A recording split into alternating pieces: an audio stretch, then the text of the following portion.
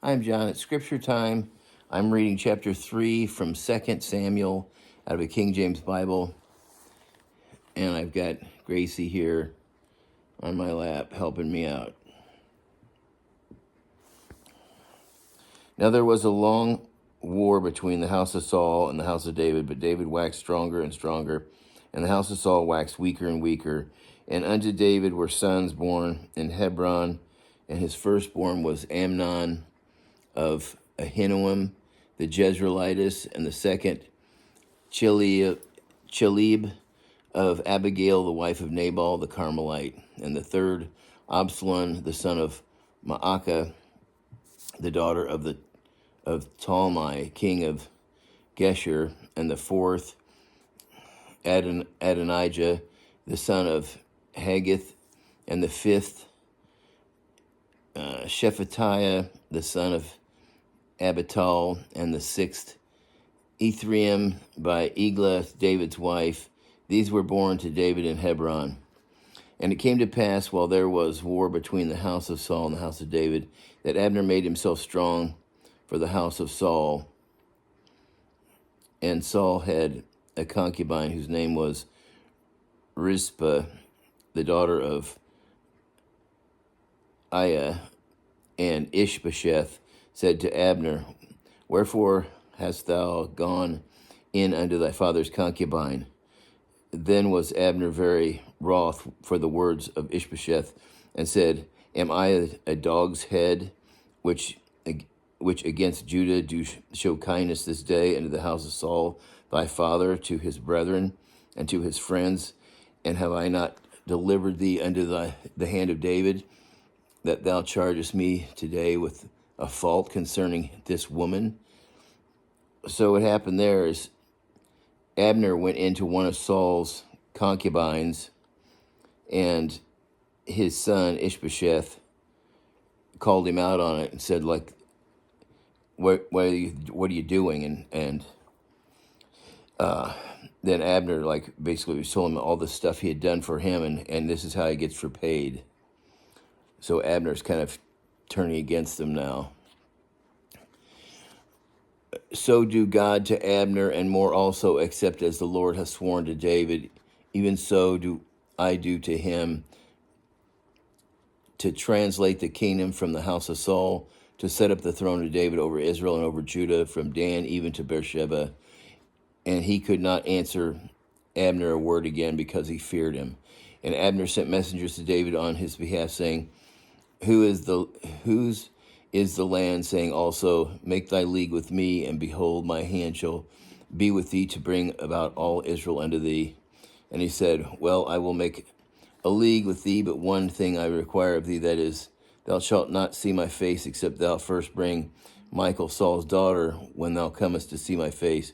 And David sent messengers to Ishbosheth, Saul's son, saying, Deliver me my wife Michal, which I espoused to me for 100 foreskins of the Philistines.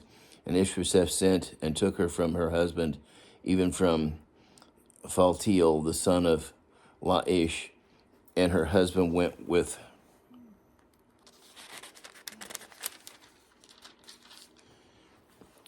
her along, weeping behind her, to Bahurim. And then said Abner unto him, Go, return. And he returned. And Abner had communication with the elders of Israel, saying, Ye sought for David in times past to be king over you. Now then do it, for the Lord hath spoken of David, saying, By the hand of my servant David I will save my people Israel out of the hand of the Philistines and out of the hand of all their enemies.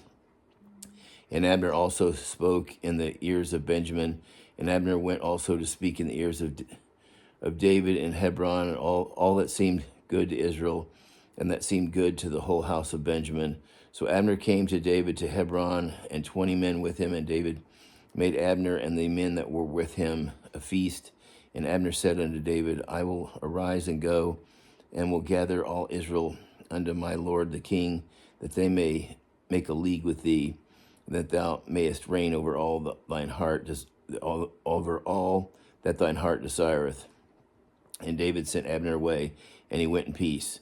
And behold, the servants of David and Joab came from pursuing the troop and brought in great spoil with them. But Abner was not with David in Hebron, for he had sent him away, and he was gone in peace. But Joab and all the host that was with him were come, and they told Joab, saying, Abner the son of Ner came to the king, and he hath sent him away, and he is gone in peace. Then Joab came to the king and said, What hast thou done? Behold, Abner came unto thee. Why is it that thou hast sent him away, and he is quite gone? Thou knowest Abner the son of Ner, that he came to deceive thee, and to know thy going out and thy coming in, and to know all that thou doest. And when Joab was come out from David, he sent messengers after Abner, which brought him again from the well of Sirah, but David knew not. And when Abner was returned to Hebron, Joab took him aside in the gate to speak with him quietly, and smote him there under the fifth rib, and that he died for the blood of Asahel his brother. And afterwards, when David heard it, he said, I and my kingdom are guiltless before the Lord forever from the blood of Abner the son of Ner. Let it rest on the head of Joab and all the father's house, and let there not fail from the house of Joab one that hath an issue, or that is a leper, or that leaneth on a staff, or is fallen out on a sword, or that lacketh bread. So Joab and Abishai his brother slew Abner, because they had slain his brother Asahel at Gibeon in the battle. And David said to Joab, to all the people that were with him, Rend your clothes and gird you with sackcloth, and mourn before Abner.